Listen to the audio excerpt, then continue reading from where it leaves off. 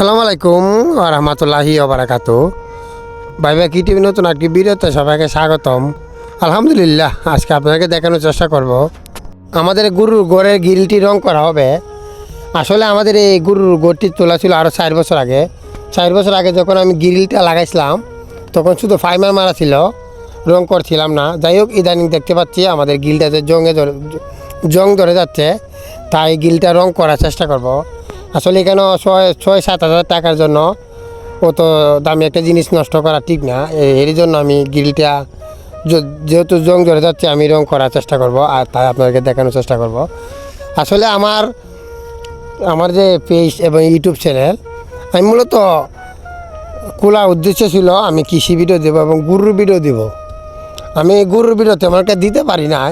আপনারা আমাকে যতটুকু দেখেন আমি ভিডিওতে দেখাই, যতটুকু কাজ দেখায় আমি কিন্তু ততটুকু কাজ না, এর থেকে 3 ডাবল কাজ করি। আমি সারাদিন এতে 3 ডাবল কাজ আমার করা লাগে। আমি সব আপনাদেরকে ভিডিওতে দেখাইতে পারি না, যেহেতু আমার ক্যামেরাম্যান নাই। যতটুকু পারি আপনাদেরকে ভিডিও দেওয়ার চেষ্টা করি, আপনাদের কৃষি সম্বন্ধে ধারণা দেওয়ার চেষ্টা করি, আর আপনাদেরকে এখান থেকে গরুর ভিডিও দেওয়ার চেষ্টা করবো। ইনশাআল্লাহ দোয়া করবেন আপনারা। আসলে গরুর ভিডিও না দেওয়ার একটা কারণ আছে। কারণটা হলো আমার এই ছোটো গরু ঘরটাতে মূলত 21টা গরু লয় বা 21টা গরু লয়। আমি সবসময় 5টা থেকে 6টা ষাঁড় গরু ফালতাম, বড় বড় সুন্দর সুন্দর দিকে 1.5 লাখ 2 লাখ টাকার উপরে ষাঁড় গরুগুলা।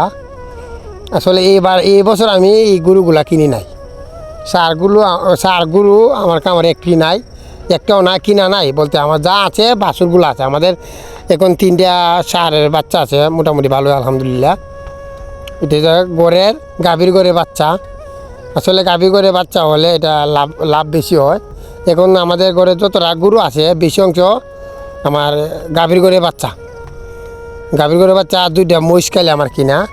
যাই হোক, আপনাদেরকে অবশ্যই গরুর ভিডিও আপনাদেরকে দেখানোর চেষ্টা করবো। আসলে আমি যে গরুগুলা ফালতাম আগে, ষাঁড় গরুগুলা মোটামুটি ইষ্টপুষ্ট হইতো ভালো। আমার ষাঁড় গরুগুলা বলতে আমি একটু যত্ন করতাম ভালোভাবে। একটু যত্ন করলে আমার ষাঁড় গরুগুলা ইষ্টপুষ্ট হইতো এবং অনেক মোটা তাজা হইতো। যাই হোক, আমি আপনাদেরকে এর জন্য আমার চ্যানেলটা খুলছিলাম, আপনাদেরকে দেখানোর চেষ্টা করব, গরু পালা সম্পর্কে আইডিয়া দেওয়ার চেষ্টা করব। আসলে গরুকে সঠিকভাবে যত্ন করলে ঠিকই গরু ভালো হয়। এই দেখতে পাচ্ছেন আমার গরুগুলো এখন কিন্তু তেমন একটা সুবিধা না, বলতে তেমন একটা তাজা না, আলাক। আসলে আলাক তার কারণ আমি তেমন একটা যত্ন করি না। আর গাভী গরুগুলো কিন্তু একটা দুধের গাভীগুলা তাজা করা যায় না। যাই হোক, আপনি তাজা করতে পারবেন, দুধ তাজা করার চেষ্টা করবেন। আপনি দুধের গাভী ফাইলে আপনি লসের দিকে চলে যাবেন। তার দুধের গাভী তেমন একটা তাজা করা যায় না। যাই হোক, আর ভালো জাতের গাভীগুলা তেমন একটা তাজা হয় না। যাই হোক, আসলে গরুর বিষয়ে আপনাদেরকে ভিডিও দিব অবশ্যই।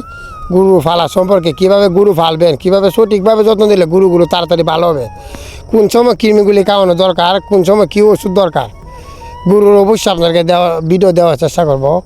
আপনারা সবাই দোয়া করবেন আমার জন্য, যাতে আমি ভালো থাকি, সুস্থ থাকি। অবশ্যই আপনাদেরকে ভালো কিছু দেওয়ার চেষ্টা করব। আমার ভিডিও দেখলে অবশ্যই আপনাদের কিছু না কিছু উপকার আসবে ইনশাআল্লাহ।